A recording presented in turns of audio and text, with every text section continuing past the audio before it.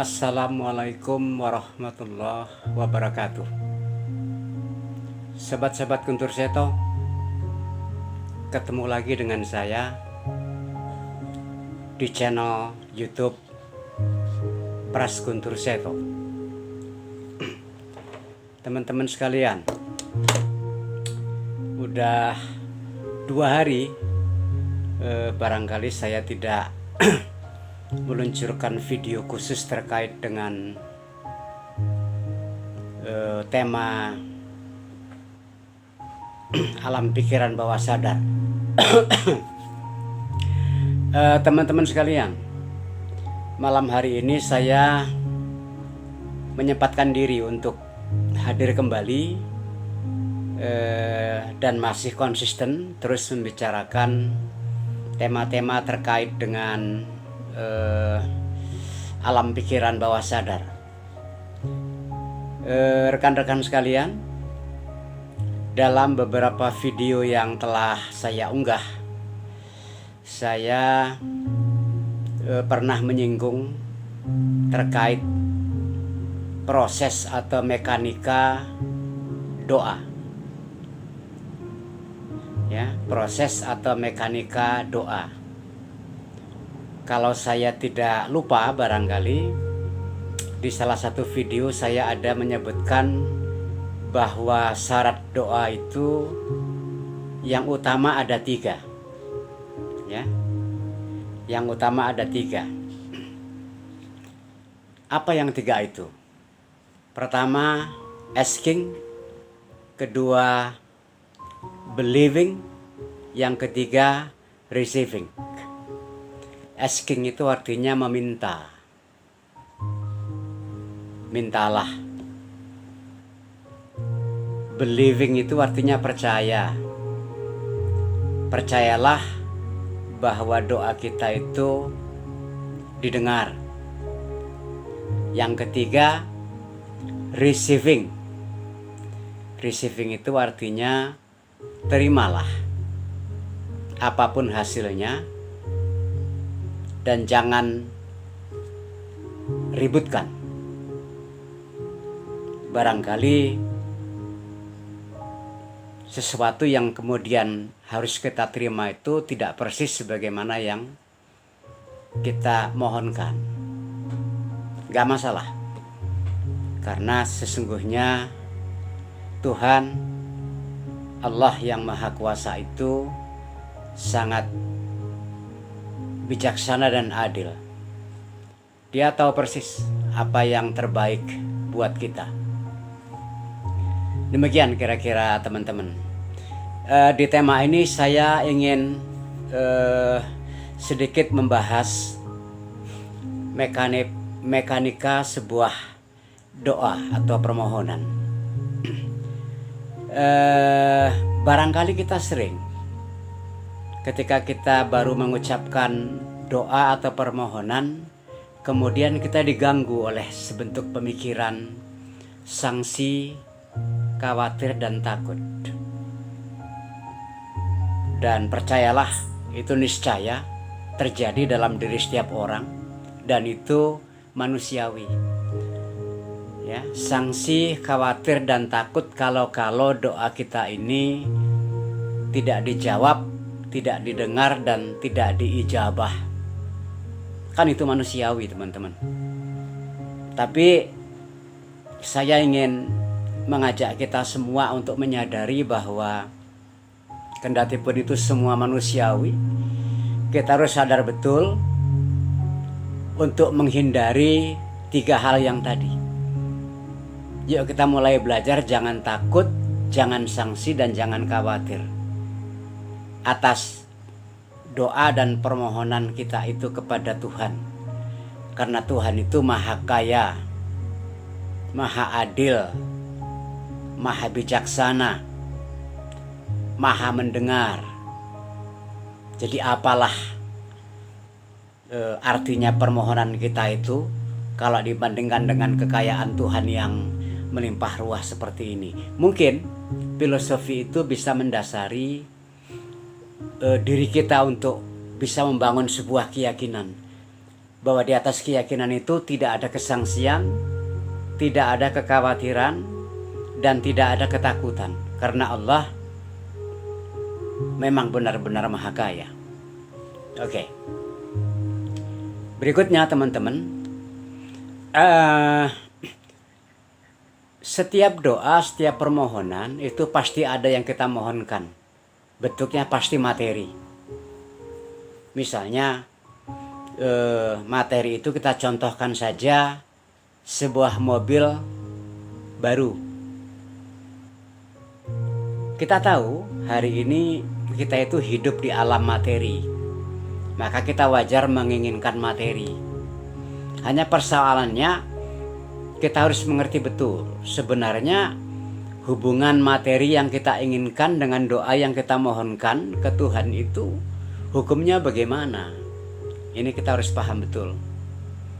Yuk kita sedikit melongok tentang bagaimana konsep materi ini yang sangat fisika sifatnya, sangat bentuk, sangat fisik. Ya, kita tidak berpretensi menjadi seorang ahli dalam hal fisika, tapi kalau fisika-fisika yang dasar setiap orang menurut saya pastilah tahu. Misalnya begini, sebuah materi itu kan benda, atau orang menyebut massa benda. Ya, benda ini apapun itu, entah benda mati ataupun benda hidup, setiap yang namanya benda itu kalau diurai, kalau dipretel-preteli menjadi hal kecil-kecil, maka ada partikel-partikel penyusun di sana. Ya, misalnya sebuah benda itu tersusun atas molekul dan sel, itu pasti tersusun atas molekul dan sel. Ya, benda sebesar tubuh ini atau sebesar benda yang kita harapkan itu, misalnya dalam sebuah mobil itu bisa miliaran atau triliunan sel dan molekul di dalamnya yang menyusun benda itu sebesar itu.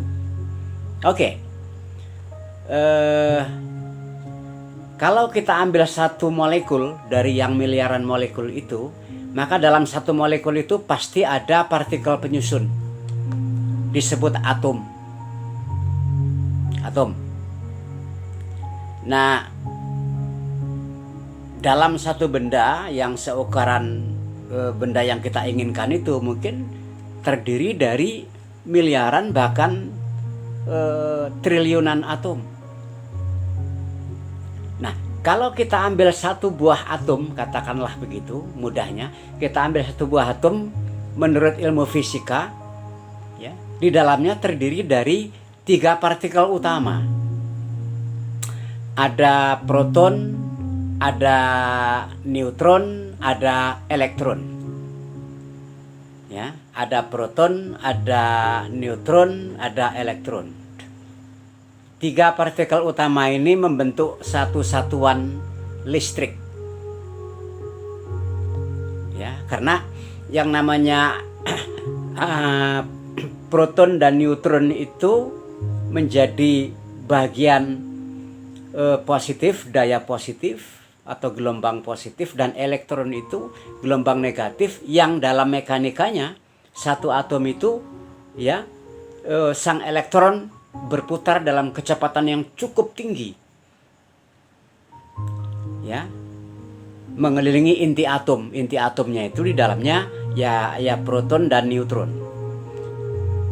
Jadi satu atom merupakan satu satuan energi gelombang. Anda bisa bayangkan dalam satu benda, katakanlah tubuh ini ada mungkin triliunan atom, dan setiap atom itu merupakan satuan energi listrik.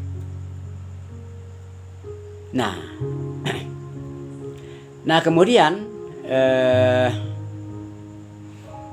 kalau kita lihat kembali, apakah yang namanya atom itu sudah terakhir dari unsur terkecil terbentuknya sistem sebuah benda?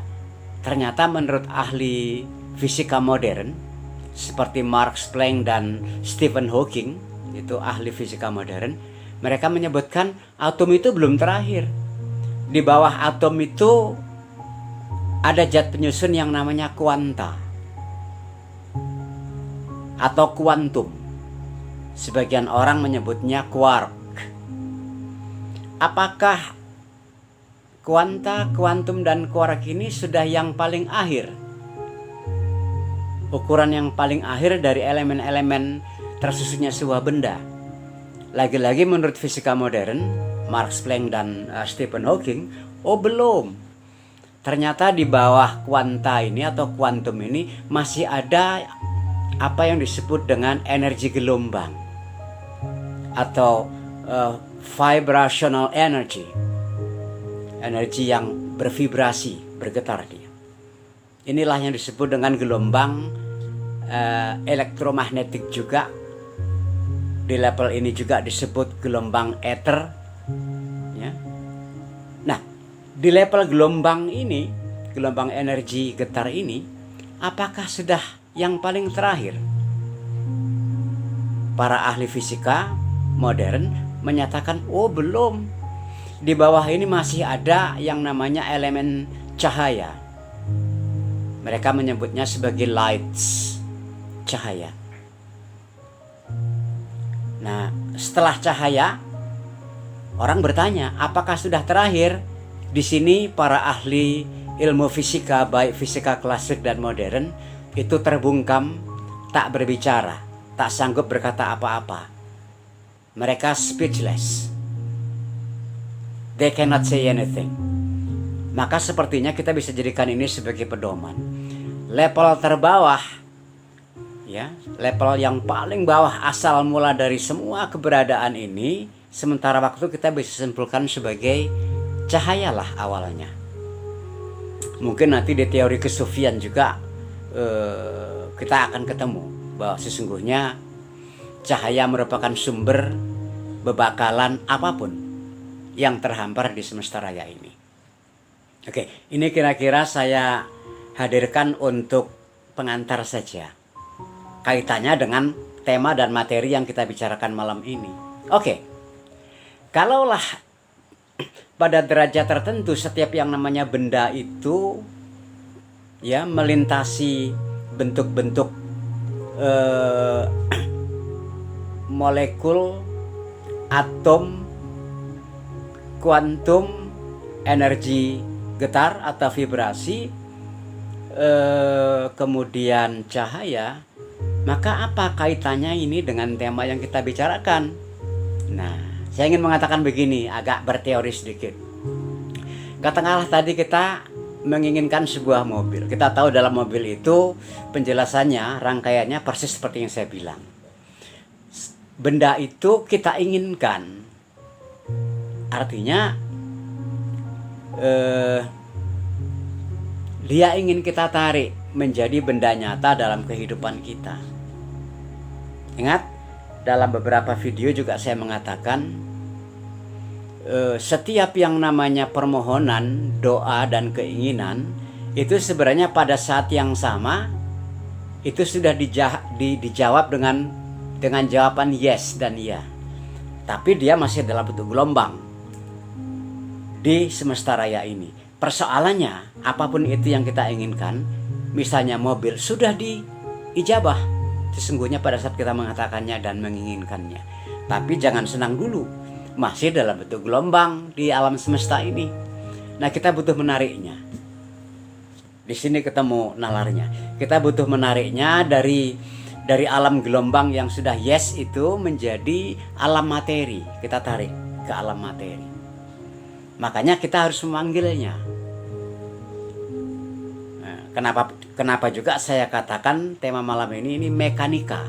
Saya menganggap doa itu semacam gerak mekanis, maka saya katakan mekanika. Nah, kira-kira begitu teman-teman. Ya, di beberapa video yang lalu juga saya sudah mengatakan ini sebenarnya. Tapi malam ini saya ingin tegaskan lagi. Oke. Kemudian bagaimana caranya memanggil benda yang masih di alam gelombang itu menuju ke alam materi? Misalnya, ya kita harus melakukan pemanggilan. Pemanggilan itulah yang kita sebut dengan doa itu. Dan doa itu tidak cukup sekali. Doa itu kita inginkan berkali-kali, kita ucapkan berkali-kali. Maka dipanggil dia. Entah itu mengambil bentuk zikir atau mengambil bentuk apapun, ya. Kemudian tidak hanya cukup didoakan, dikatakan dalam doa, juga divisualisasikan dalam pikiran. Terus kita visualisasikan benda itu konkret, bendanya seperti apa, wujudnya apa, warnanya apa kalau perlu. Nah, kemudian juga hidupkan hati, debarkan hati dalam rangka kita menginginkan itu. Dan jangan putus-putus mengafirmasi ke dalam diri kita dan keyakinan kita bahwa permohonan ini pasti diijabah dan pasti sampai kepada kita. Jadi kira-kira hal seperti itu syarat wajib untuk kita bisa mengubah gelombang energi yang kita inginkan itu menjadi benda nyata di hadapan kita. Insya Allah kalau mereka ini dijalankan, maka doa itu akan terijabah. Ya. Kan bukan bim salabim namanya. Ada proses pemahaman yang kita perlu tahu soal ini. Oke, nah kemudian berapa lama kita harus melakukan zikir, doa, pemanggilan, afirmasi dan segala macam? Tidak ada ukuran sih. Saya mau bilang coba tetapkan saja di 3 minggu, ya. 3 minggu itu sama dengan 21 hari. Nah selama 21 hari ucapkan itu, panggil itu, zikirkan itu pagi, siang, sore, malam, kapan saja Anda teringat dalam keseharian hidup Anda. Lakukan selama 3 minggu. Pertanyaannya, kenapa mesti 3 minggu? Bukan soal waktu 3 minggunya, ya. Kita ingin menyamakan getaran hati kita, tingkat keyakinan kita ke level gelombang. Itu masalahnya. Mudah-mudahan entah di hari yang keberapanya kita nggak tahu persis, ada gelombang yang bisa paralel. Karena keinginan kita besar, nanti ada gelombang yang bisa paralel dengan alam, di mana energi benda yang kita inginkan itu berada. Kita tidak bisa tahu kapan. Tapi kalau di wilayah 3 minggu, kita berharap mungkin di antaranya ada hari-hari atau saat-saat tertentu di mana getaran hati kita sangat hebat dan pas paralel. Itu artinya getaran hati kita berada pada gelombang yang paralel dengan gelombang benda yang saat yang kita inginkan, kira-kira begitu. Nah, jadi kalau sudah 3 minggu, maka kita agak yakin bahwa barangkali aja ada di antara gelombang, di antara hari-hari tertentu di mana kita bisa paralel gelombangnya antara apa yang kita inginkan dengan benda yang masih dalam bentuk gelombang itu sama. Ketika itu terjadi secara mekanis, maka kemudian dia mengubah variabel-variabel lain, ya, variabel-variabel lain dalam kehidupan kita. Mungkin rezeki kita bisa menjadi lebih meningkat, mungkin bisnis kita menjadi lebih maju, mungkin hubungan kita dengan orang lain dalam kerangka mengerjakan bisnis yang berorientasi profit itu berkembang pesat, dan tiba-tiba saja kita merasa uang kita sudah cukup untuk membeli mobil sebagaimana yang kita inginkan. Ya datangnya ndak bim salabim, ya. Kira-kira di level itu ini bisa digambarkan sebagai sebuah mekanika, teman-teman sekalian. Ya, kita tidak punya cara lain. Kalau ini dilakukan, barangkali ada kemungkinannya kita bisa mendapatkan itu. Ya memang, karena kita melibatkan doa juga di sini. Doa itu artinya percaya kepada Sang Penguasa yang Maha Agung itu. Kalau itu so pasti. Jadi kita sekarang mulai bermain dengan mekanika ini dengan tetap meyakini bahwa semua ini dilingkupi, ditenagai oleh Tuhan, Allah yang Maha Kuasa itu. Teman-teman, kira-kira begitu. Oke,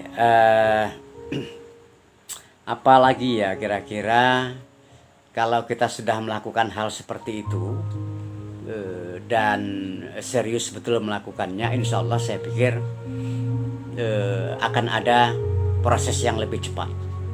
Ya, memang Di luar semuanya itu Allah yang berkuasa, tapi Allah kan sesuatu yang mesti dipahami dalam konteks bagaimana operasionalisasinya gitu ya. Ya.